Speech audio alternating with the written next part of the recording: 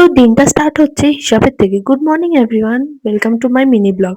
তো আজকে সকালে উঠেই গরম গরম লুচি আর আলুর দম পেয়েছিলাম, কিন্তু সেটার ফুটেজ নিতে ভুলে গেছি। তো আজকে তো জোর তোরে রান্না বান্না শুরু হয়েছে। তো আমরা লুচি খেয়েছি আর গুচু কিছু খাবে না, সেটা আর হতে পারে?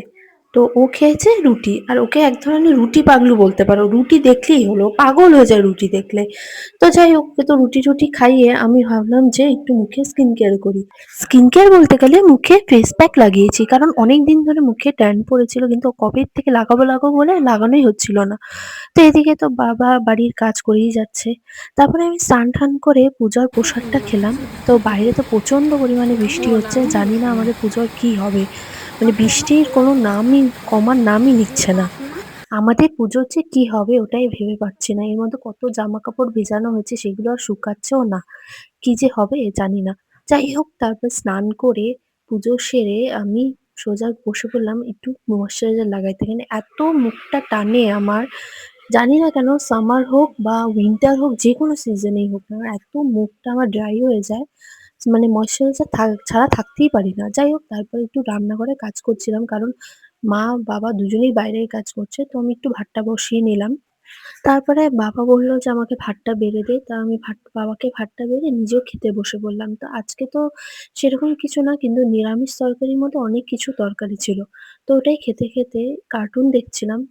তো কিছুক্ষণ কার্টুন দেখে তারপরে ঘুমিয়ে পড়লাম। এত ঘুম পাচ্ছিল আর এত টায়ার্ড লাগছিল, তো শুয়ে তারপরে মা উঠিয়ে দিল, বলল যে নিমন্ত্রণ করতে যেতে হবে।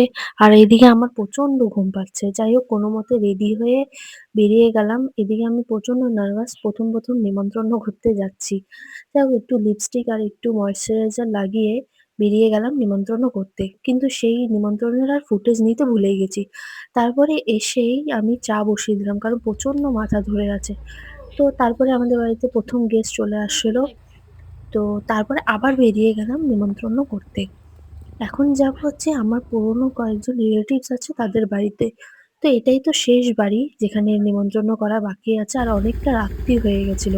তো যাই হোক, যেহেতু বাবা অনেকদিন পর এসেছে, তো এখানকার যারা আমাদের রিলেটিভ আছে তারা দেখে তো পুরো মানে খুশি হয়ে গেছে যে অনেকদিন পরে এসেছে। তো এখানে একটা রটওয়েলার ছিল। ও তো দেখে আমাদেরকে প্রচন্ড চিৎকার করছে। যাই হোক, তারপরে কিছুক্ষণ ওদের সাথে একটু গল্প-টল্প আড্ডা-মাড্ডা মেরে বাড়িতে চলে আসলাম। বাড়িতে এসে আবার বসেছি হিসাব করতে যে কি লাগবে না লাগবে। তো আজকের জন্য এটুকুনি, আবার দেখা